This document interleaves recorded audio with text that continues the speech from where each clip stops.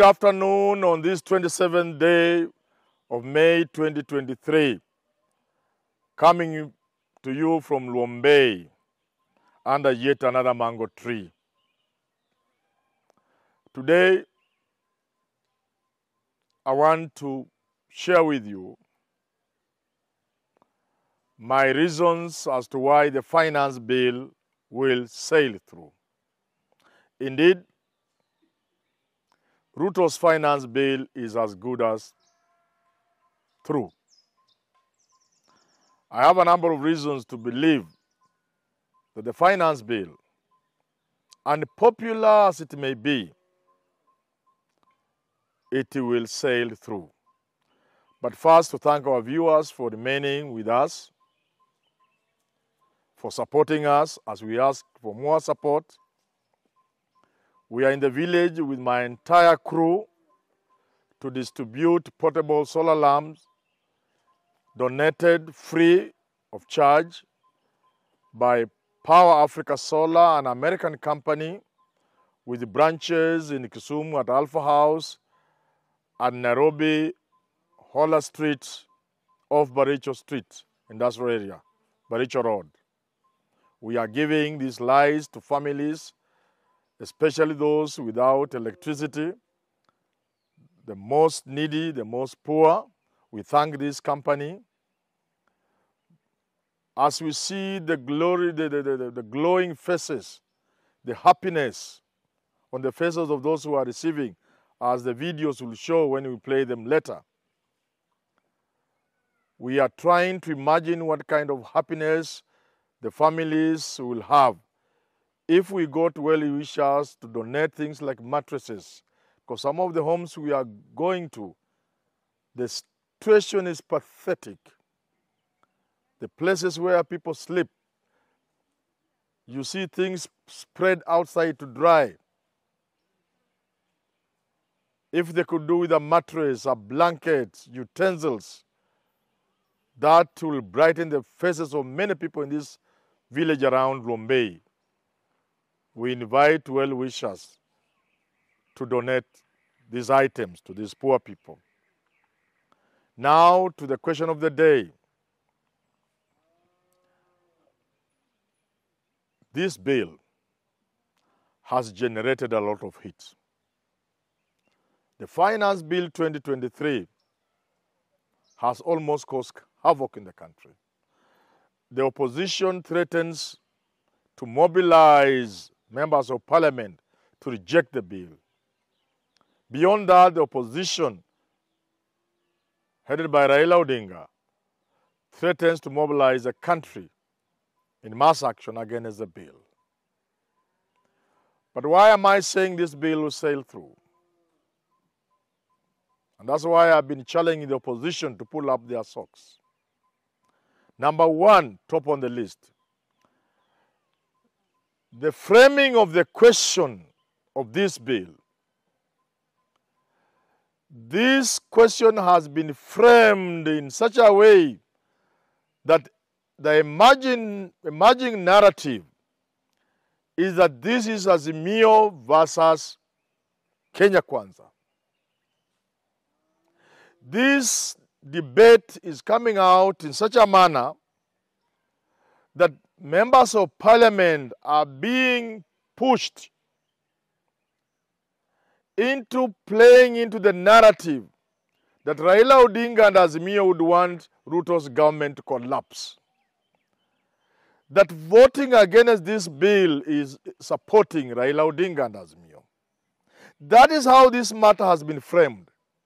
The matter has been framed in such a way that even those members of parliament from Kenya Kwanza, who in the interest of the people of this country, and in particular of their constituents, would have voted no to this bill, are going to vote yes because of the manner the issue has been framed.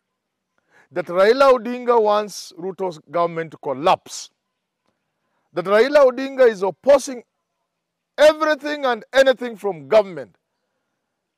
And this bill is intended to raise resources necessary to spur economic growth, to improve the lives of people of this country. That Ruto's government requires money to repair the damage caused by Raila and Uhuru. The way this issue therefore has been framed is that Ruto requires resources to repair Uhuru's damage. That Uhuru left nothing, destroyed everything, actually ravaged the economy.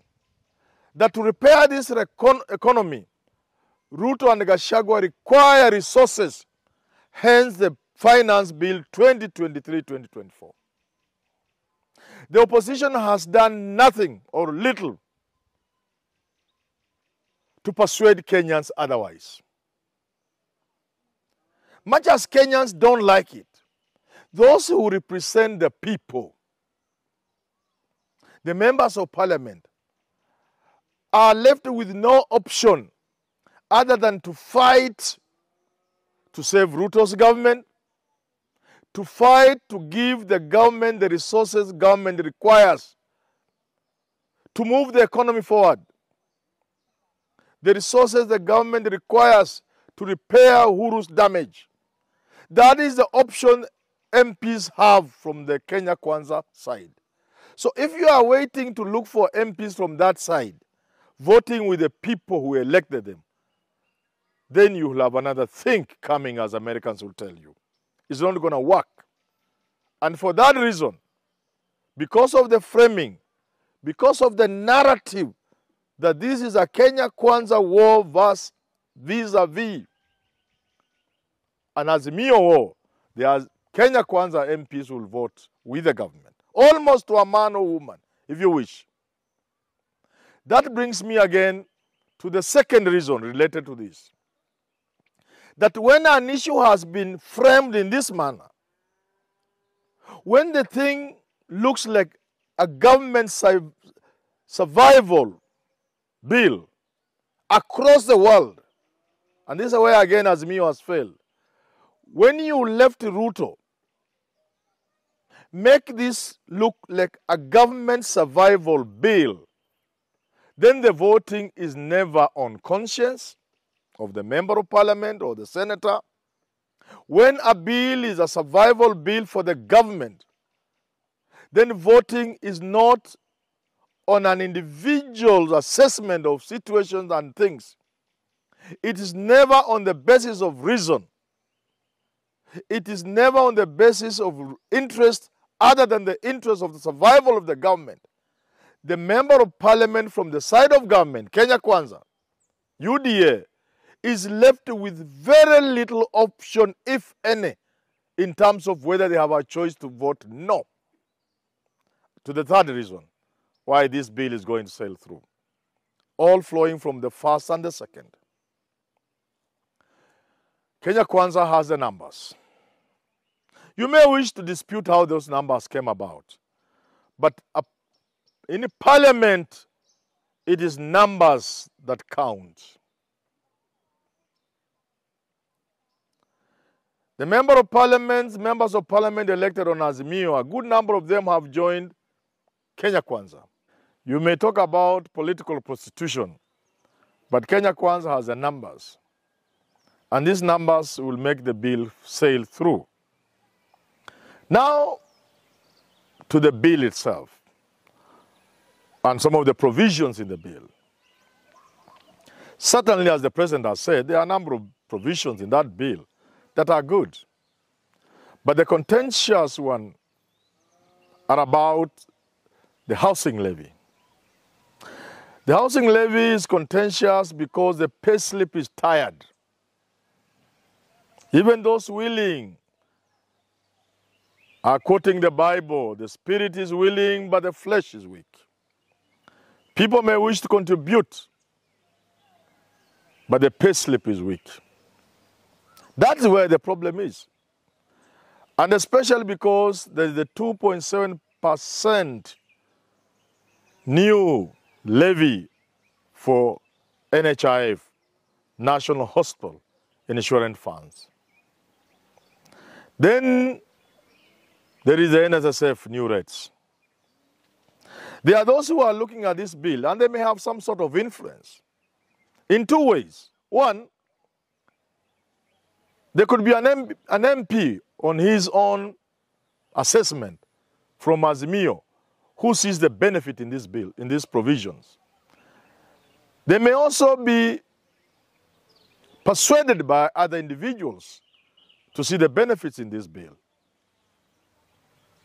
But again, if you want to mobilize, as Raila will want to mobilize the people to fight, that fire may not be as hot if some people look at the benefits. And some people look at the benefits. So let's look at each of these. NHIF. I'm going to be a victim. I'll pay more than I'll be comfortable with. But face the truth. Is it really fair? Is it even feasible? Is it not even immoral, bordering on criminality, that a vegetable seller, a border rider, an office messenger, a cleaner somewhere, would pay 500 shillings when a man earning $1 million pays only 1,700? A man earning 10,000, paying 500. A man earning 1,000, if that is 50,000, that's almost how many times? 5 times. So it should be 5 times 5, 2,500. A person earning 100,000 shillings. To be fair, if a man who earns 10,000 would be paying 500, how much should you pay? Fairness. So it's understandable. There are challenges of how the money is used. There are even bigger challenges. I don't believe in NHIF. Can we use that money better? But the truth is, while we still have NHIF, people paying according to what they get makes a lot of sense. And it will inform people as they think. NSSF, which is part of the burden that makes the 3% a bigger problem. Again, it is true, almost very true, that those who retire without a pension with only NSSF, the amount of monies they get, 30,000, 40,000, 80,000, when you worked for 30 years, the amount of money you go home with certainly is too little. It can't help you. And therefore, the need to increase is inevitable. The contributions to NSSF should go up. It makes a lot of sense. We can borrow from Uganda. Then when you are retiring, even the lowest paid worker, you can go home with 500,000, 600,000, 400,000. At least you may buy 2 cows for your retirement. The housing levy. Over 80% of the people in Nairobi live in things we call slums. Those habitats are not for human beings. There is no therefore any doubt in anybody's mind that we need houses in Nairobi. Obvious. Goes without saying. Where are the aged people of Nairobi going? They can't go back to the villages where they came from. Some of them don't even have where to go. In a country like the UK, if you don't have a house and you are beyond 60 years, the government gives you a house and gives you like £200 per week. We will need our elderly retirees in this country, and they have been ranked as some of those ones suffering the most in the world. We will need our retirees to live respectable lives. We need houses for them, so we need houses. Nairobi is moving into 5 million people. You cannot have a city of 400 million people with a mortgage of 26,000 people, with the limited housing provisions in the city. And therefore, it's not in doubt. This country, and Nairobi in particular, requires houses. The elephant in the room, however, is simply this. Can the payslip take more? That should be the conversation. The conversation of whether or not we need houses and we need a fund is not a conversation we can have. It's not necessary. We need houses and we need money. We can't get money from trees. We can't keep borrowing. We need a fund to build houses. That is not for discussion. The discussion is the people you are targeting. What shall we do because they are already overburdened? That is the conversation. So if you spend so much energy on that we don't need this thing, you lose the opportunity to discuss the ways of how can Kenyans contribute to a fund without dying doing so. That is where government must be pushed into a discussion. We need money, we need houses, we need money, and Kenyans must provide that money. That leaves you a very simple thing. That government will need to do something. I propose that the finance bill passes, fine, with all the provisions. But we defy implementation of the provisions on housing. Until we get into a post-COVID economic recovery, when the economy does well, government will increase salaries. And with increased salaries, we can levy these people. But finally, the government can pull a rug from under Azimio's feet. That's why I say you must think. The government can give a general wage increase tomorrow. General wage increase of 15–12%. So if somebody gives you 15% and they take 3% from you, and your employer adds another 3%, you can see. Government can even diffuse the cry and complaint from the employer by taking that component. Because the government is the biggest employer anyway in this country for formal employees. So if government is already paying 3% for its employees, taking the burden from the other employers may not even be a difficult thing. And that is the conversation we ought to be having. That we need increased in NSSF contribution, but it must be streamlined. NHIF increased for equity and for fairness, but it must be streamlined, the management. We need housing. The fund must be streamlined. We need to know who is going to run the fund. How do you select members to the board? Are our workers adequately represented through KOTU? Is the money safe? Have we learned something from the theft and the plunder of NSSF in the years gone by? Are we learning anything from the plunder of NHIF? Can we insulate the new housing fund from this plunder? How shall we distribute the houses? How do beneficiaries get the houses? But the bottom line that this bill will pass. And if the opposition is banking